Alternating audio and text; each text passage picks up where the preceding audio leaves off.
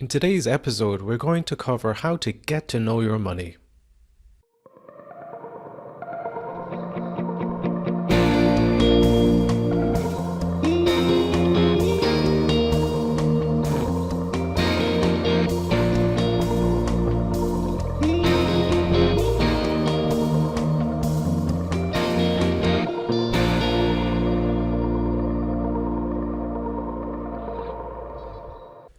Good morning and welcome to episode 1 of the Financial Coach podcast. My name is Mark Corkery and I'm the Financial Coach, and today we're going to be covering knowing your money. So what do I mean by knowing your money? 75% of the Irish population have said they struggle to sort out their finances. The first part of sorting out your finances is knowing and understanding where you are financially today. If you think about climbers who want to climb Everest, the first step they must take is to reach base camp. Well, knowing your money is like reaching base camp on Everest. It allows you to understand where you are now and what's needed to plan your way to the summit. What work do you have to do to get to know your money? Some of the key items are as follows. Knowing and understanding your gross and net income and the relevant tax credits and bans that apply to them. In some cases, you may have more than one income, which is great. Ultimately, you want to make enough income to meet your financial needs and wants. So, what are financial needs?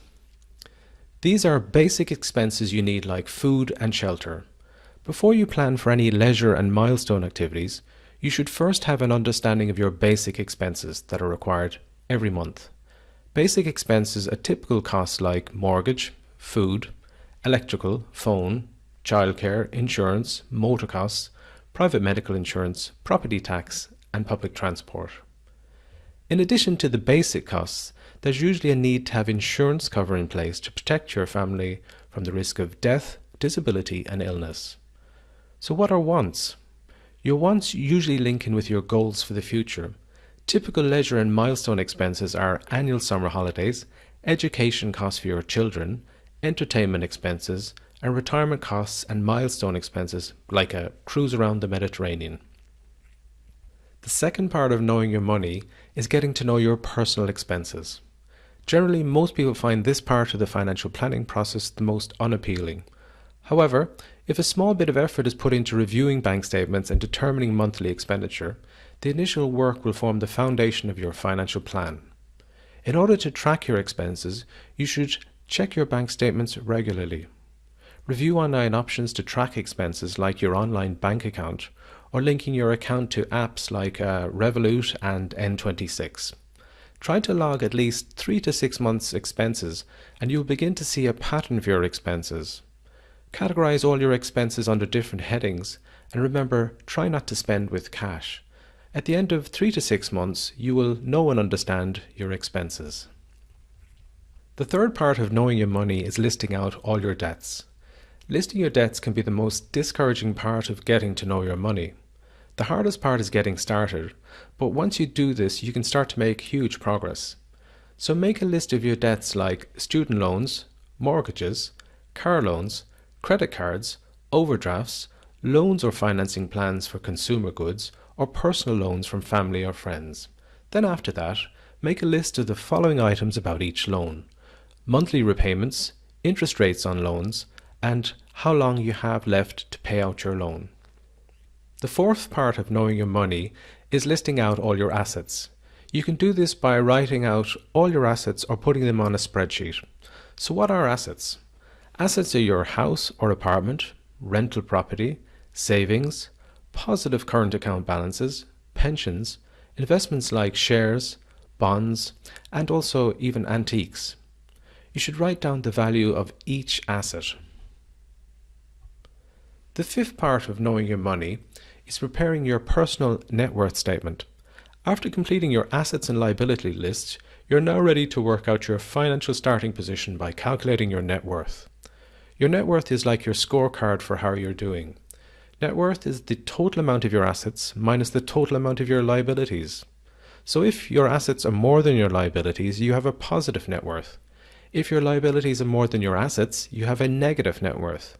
To calculate your net worth, simply add up the numbers on your list of assets sheet to get the total value of your assets and then add up the outstanding amounts of each debt on your list of debt sheet to get the total of your debts. Then take the value of your assets and subtract that total value of your liabilities to find out your net worth. You should at least try to set a net worth goal for each year. The sixth part of knowing your money is debt management. Now that you have reviewed your income and expenses, it's time to consider how to manage your debts. Get out your detailed list of all your debts and review your current balance, interest rate and monthly repayments. Then go online and find a repayment calculator to see the effect of paying off some extra payments. Allocate extra payments to the debt with the highest interest rate. Don't start paying off the extra debts until you've built up an emergency fund of about 3 months at least. Start paying off extra debt payments to just one of your loans. Usually this is the highest interest rate loan with the shortest term left. Look at your budgets and see how much extra you can afford to pay. Then contact your loan provider for details on how to make the extra payments. Keep up the extra payment until you've paid down the loan completely. Remember to maintain minimum payments on all your other loans. Once you've paid off one loan, move on to the next loan. Review your budget again and see how much extra you can put into the second loan. Look at the first debt you propose to pay off. How long will it take you to pay off this debt? Mark this debt date down on your calendar as debt repayment milestone number 1. Then decide on the second debt you want to pay off. Once your first debt is cleared, you should put the extra money from the first debt monthly repayment against the second debt. Then continue to make payments on all your other loans. So how long will it take you to pay off your second debt? Mark this down on your calendar as debt repayment milestone number 2. Once you've paid off your expensive short-term loans, you may want to consider paying off your mortgage early as one of your goals. Review what spare cash flow is now there because you've completed your short-term debts and make out your mortgage goal. The seventh part of Know Your Money is preparing a list of your goals and prioritizing them. Getting to know your money just for the sake of accumulating money can lack purpose. You need to consider why you want to get better at managing your money. These reasons to get better at knowing your money are your life goals. So what are your goals for financial independence? Some examples might be, I want to get better organized financially. I want to stop worrying about money. I want to have enough money. I want to have more time with my family.